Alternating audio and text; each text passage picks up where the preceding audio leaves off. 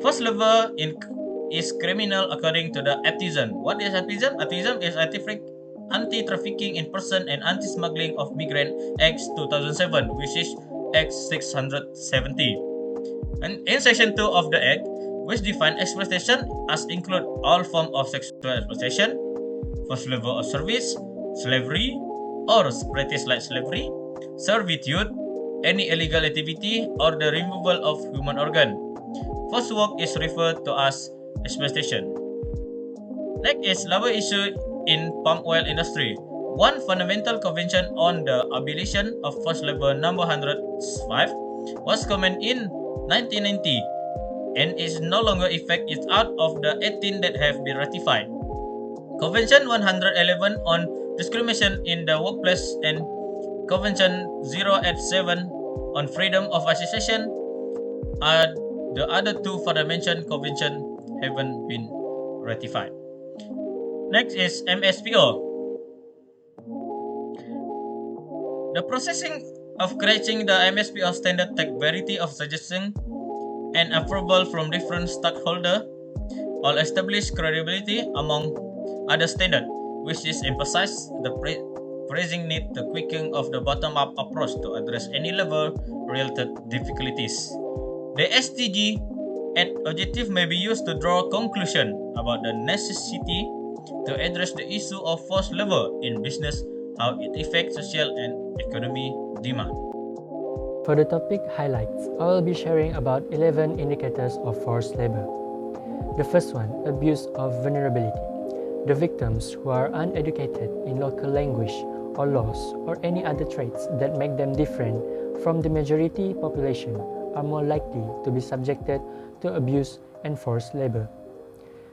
The second one is deception. Deception is the failure to fulfill verbal or written promises made to an employee. For example, the employer promises well-paying position while recruiting new employees, but once they started working, the promise became nothing and left the employees trapped in terrible situation. The third one is restriction of movement. At work or while being transferred, forced laborers may be locked up and guarded to keep them from escaping. The next one is isolation. Those who have been subjected to forced labor are frequently left alone in hidden locations with no access to the outside world. Next, physical and sexual violence. Violence includes forcing employees to consume alcohol or drugs in order to have more control over them. Violence may also be used to compel a worker to perform duties that were not originally agreed upon, such as engaging in sexual activity with the employer or a family member. Furthermore, intimidation and threats. When forced labor victims voice complaints or want to resign from their positions, they may face harassment and threats from the employer. Besides, retention of identity documents. If employees are unable to obtain their identity documents upon request and believe they cannot leave the job without risking their loss. For the next one, withholding of wages. While they wait to receive their unpaid wages, employees could be forced to continue working for an abusive employer. The fact that wages are not paid on time or at all does not necessarily indicate that there is forced labor taking place. Moreover, that bondage.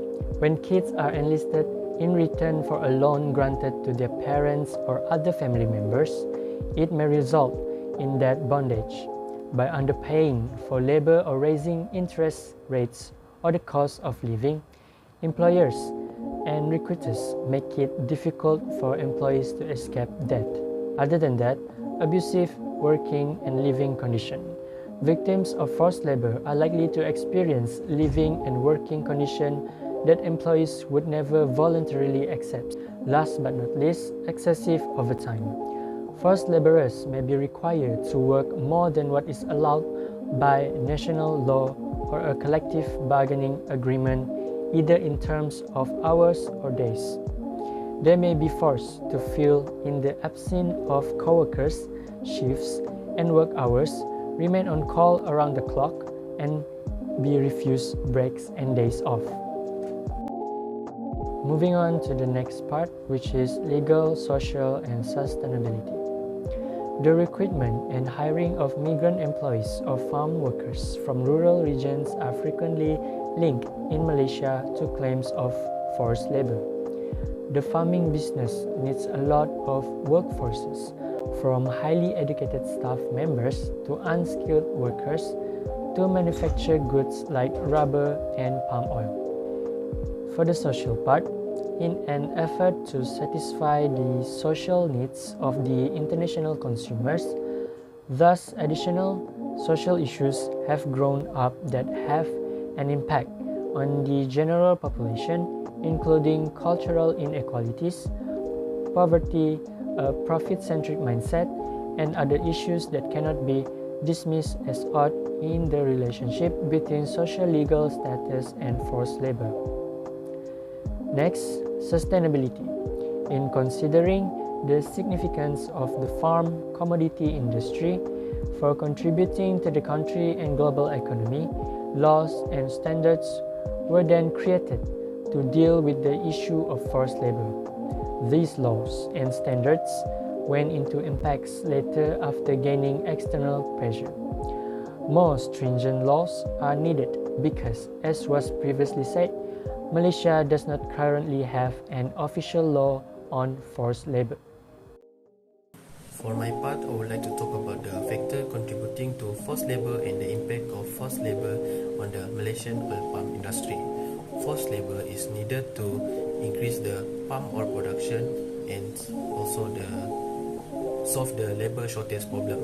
Shockingly, according to the Human Rights Commission of Malaysia, Suhakams, 8 out of 1,000 workers in Malaysia oil palm plantation are reportedly subjected to forced labor.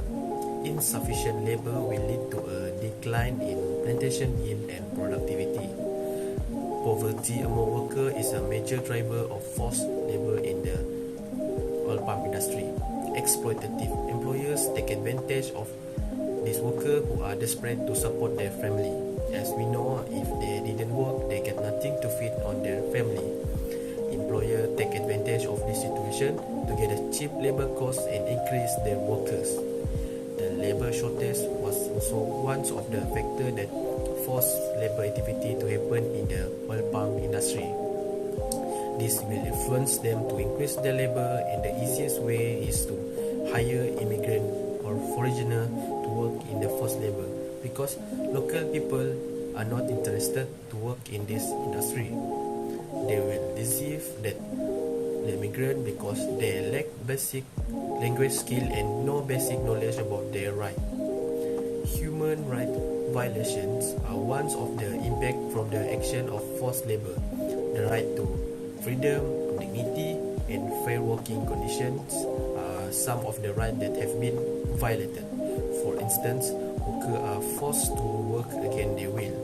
They have to work in the harsh conditions with long working hours and low salary. Without solution, these workers are not less than a modern day slave, as their essential human rights have been violated. Secondly, impact on the reputation of the oil palm industry or others company. Company that involved in such case may be avoided by others, affecting business relationship.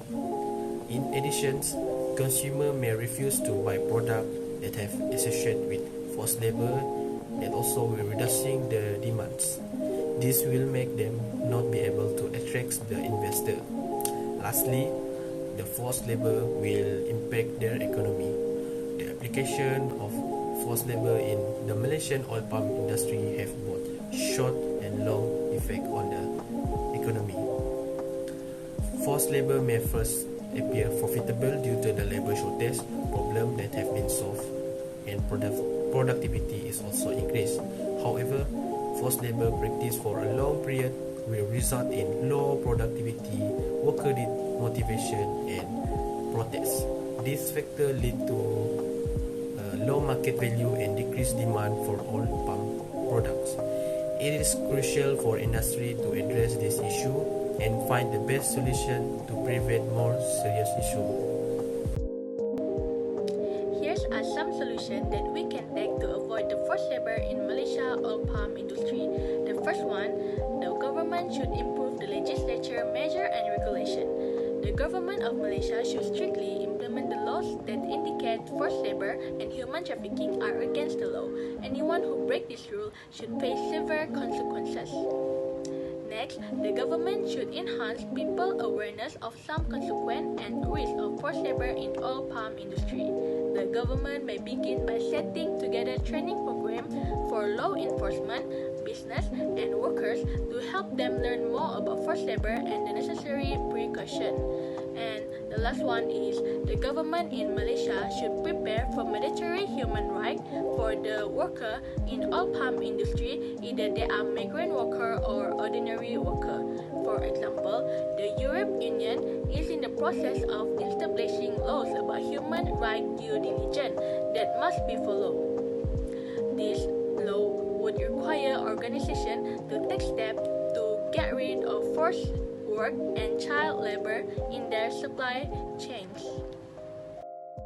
In conclusion, the problem of forced labor has plagued the Malaysian palm oil industry. The severe working condition, exploitation and violation of human rights that employees in this industry endure have been the subject of several reports and investigations. Forced labor is more common than it should be because of the reliance on migrant workers, a lack of control, and insufficient enforcement of labor regulation.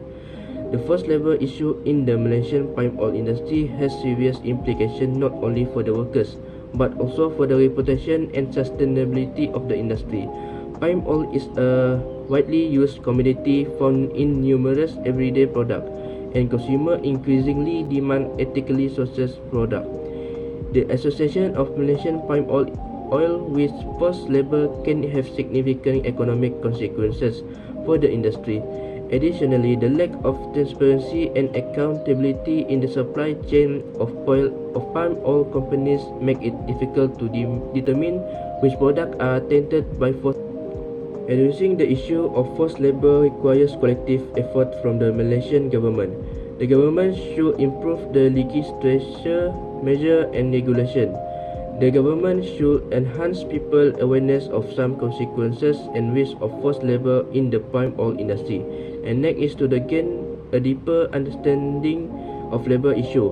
Lastly, the government in Malaysia should prepare for mandatory human rights laws for the workers in oil palm industry, either they are immigrant worker or ordinary worker. In the end, the issue of forced labor in the Malaysian palm oil industry is complicated and necessitates multiple approaches to solving it. It is possible to eliminate forced labor from the Malaysian palm oil industry and ensure a more ethical and sustainable palm oil supply chain by addressing the core causes of working toward more openness and accountability.